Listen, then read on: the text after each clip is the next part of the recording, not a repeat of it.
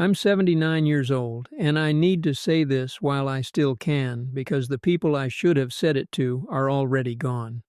I've spent most of my life believing I was doing the right thing. I chased stability, I chased safety, I chased the kind of life that looks responsible from the outside. And now, at the end of it, I'm sitting in a quiet house, realizing that in trying to secure everything, I slowly lost the people who mattered most. I'm not telling this because I need forgiveness. There's no one left to give it. I'm telling it because time has stripped away my excuses and what's left is the truth. These days, my mornings are slow.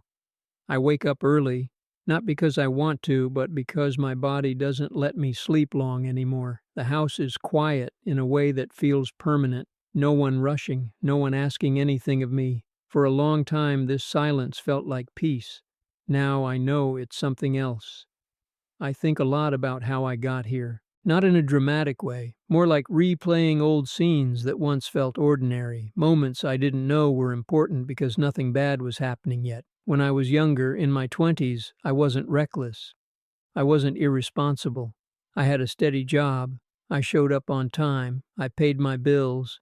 People used to say I had a good head on my shoulders. I believed stability was love. I believed providing was the same thing as being present. I believed if I kept everything from falling apart, the people in my life would feel secure and grateful. In my early 30s, I married a woman who believed the same things. We weren't passionate in a dramatic way, but we were practical together. We talked about mortgages, savings, school districts. It felt grown up. It felt like progress. I worked long hours. Not because anyone forced me to, but because it felt necessary. There was always something ahead I was preparing for. A better position, a safer cushion, a future that needed protecting. When my children were born, I told myself I was doing it for them. Every missed dinner had a reason. Every late night at the office felt justified. I remember coming home exhausted, sitting at the table while they talked about their day. I nodded. I smiled. I listened just enough to seem engaged. I told myself they understood. I thought presence was something you could postpone. The thing about chasing stability is that it never feels like a mistake while you're doing it. It feels responsible. It feels adult. The damage doesn't arrive loudly. It accumulates quietly, like dust you don't notice until the room feels heavy.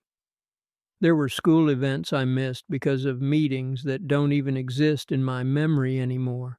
There were conversations my wife tried to start that I postponed because I was tired. There were small, emotional debts I kept telling myself I'd pay later. Later became a habit.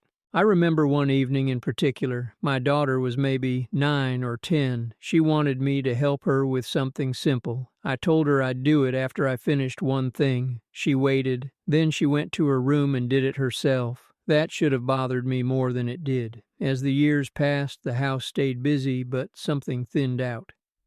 We were together, but not connected in the way I thought we were. I was always half somewhere else, mentally rehearsing tomorrow. My wife stopped asking certain questions. She stopped waiting up for me. I didn't notice right away because nothing exploded. Nothing ended suddenly. That's the dangerous part. You don't feel the loss while it's happening. By the time my children were grown, I was proud of what I had built. We were comfortable. We were secure. From the outside, it looked like success. From the inside, something was already gone. The turning point didn't come with a dramatic argument or a slammed door. It came with a phone call I wasn't prepared for. My wife got sick, not suddenly, not violently, just sick enough to change everything. Hospital rooms have a way of clarifying your priorities. The noise of your life fades, and you're left with what actually matters. I remember sitting beside her bed, holding her hand, realizing how little I knew about her inner world anymore.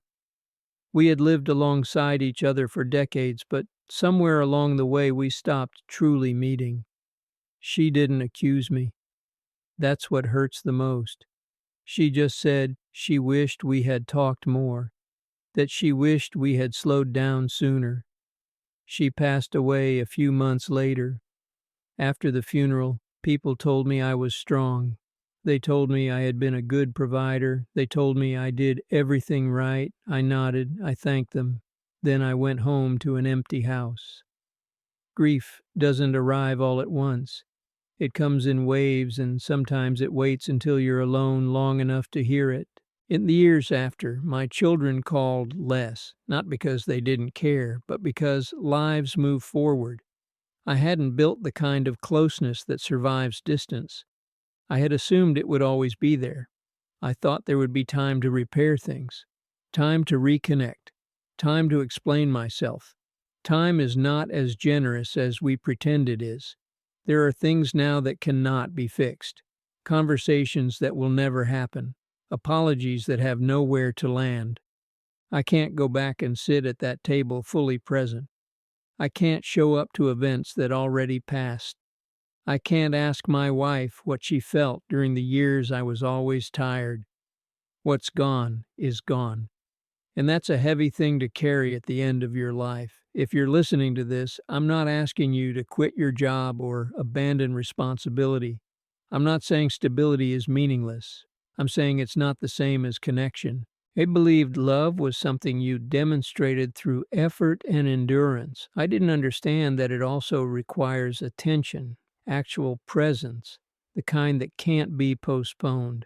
I wish I had known that people don't remember how hard you worked as clearly as they remember whether you were there. I wish I had known that silence grows when you keep choosing later.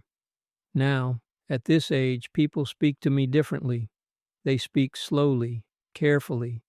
They assume my life is behind me. In many ways, they're right. I spend my days with memories and long stretches of quiet.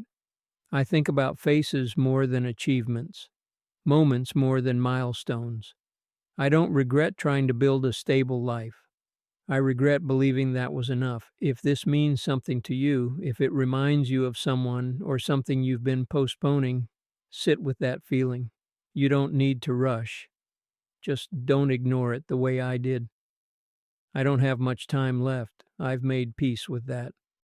What I haven't made peace with is how easy it was to assume there would always be more time. If you're willing, carry this with you, not as a lesson, just as a truth spoken a little too late. That's all I wanted to say.